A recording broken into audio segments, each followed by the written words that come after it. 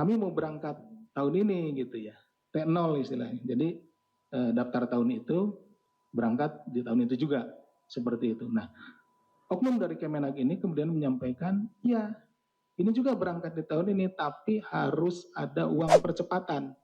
Halo semuanya, balik lagi di channel Sentilan News. Hari ini kita bakal bahas berita yang lagi rame banget. Hampir 400 travel perjalanan haji diduga terlibat kasus dugaan korupsi kuota haji 2024. Iya bener, bukan cuma 1, 2, atau 10, tapi hampir 400 travel kalau dibarengin bisa bikin tur keliling Indonesia tuh. Jadi gini, informasi ini datang dari Pelt Deputi Penindakan dan Eksekusi KPK, Asep Guntur Rahayu. Beliau bilang pihaknya sekarang lagi mendalami soal penjualan kuota haji khusus yang dilakukan masing-masing travel. Masalahnya setiap travel ternyata punya cara masing-masing. Ada yang jual lebih banyak, ada yang sedikit, pokoknya beda-beda. Kata Pak Asep, kita harus betul-betul terkonfirmasi dengan betul. Dan ini beda-beda. Masing-masing travel itu beda-beda menjual kuotanya.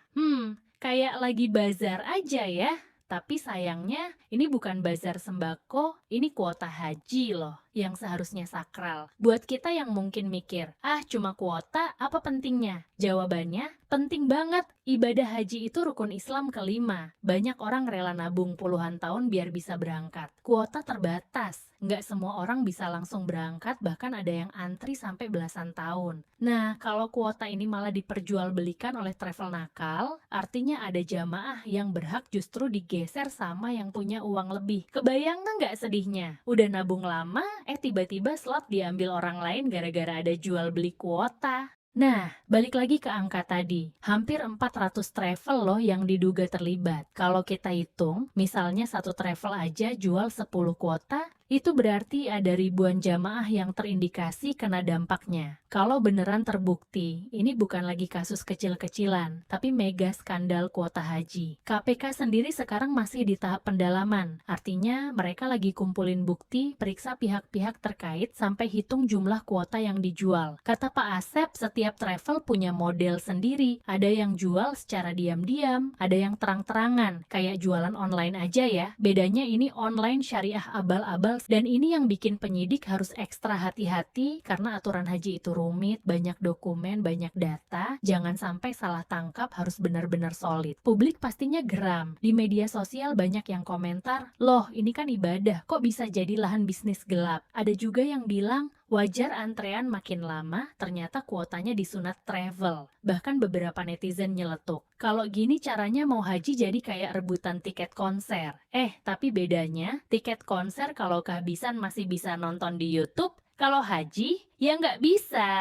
Pertanyaan besar, apa yang akan dilakukan pemerintah? Apakah travel-travel ini akan langsung dicabut izinnya? Apakah ada pejabat yang ikut terlibat? Bagaimana nasib jamaah yang udah bayar tapi ternyata lewat jalur siluman? Semua ini masih jadi PR besar buat KPK dan Kementerian Agama. Dan kalau beneran ada ribuan jamaah jadi korban, wah ini bakal panjang urusannya. Jadi teman-teman, kasus ini bukan sekadar soal duit. Ini soal kepercayaan masyarakat, soal ibadah, soal hak orang banyak. Kita tunggu aja hasil penyelidikan KPK ke depan. Semoga semuanya bisa transparan dan yang salah benar-benar ditindak tegas. Oke, itu tadi update soal dugaan korupsi kuota haji 2024 yang melibatkan hampir 400 travel. Menurut kalian, apa hukuman yang pantas buat travel-travel nakal ini? Tulis pendapat kalian di kolom komentar ya. Jangan lupa like, share, dan subscribe supaya nggak ketinggalan berita-berita terbaru dari channel Sentilan News ini. Sampai ketemu di video selanjutnya.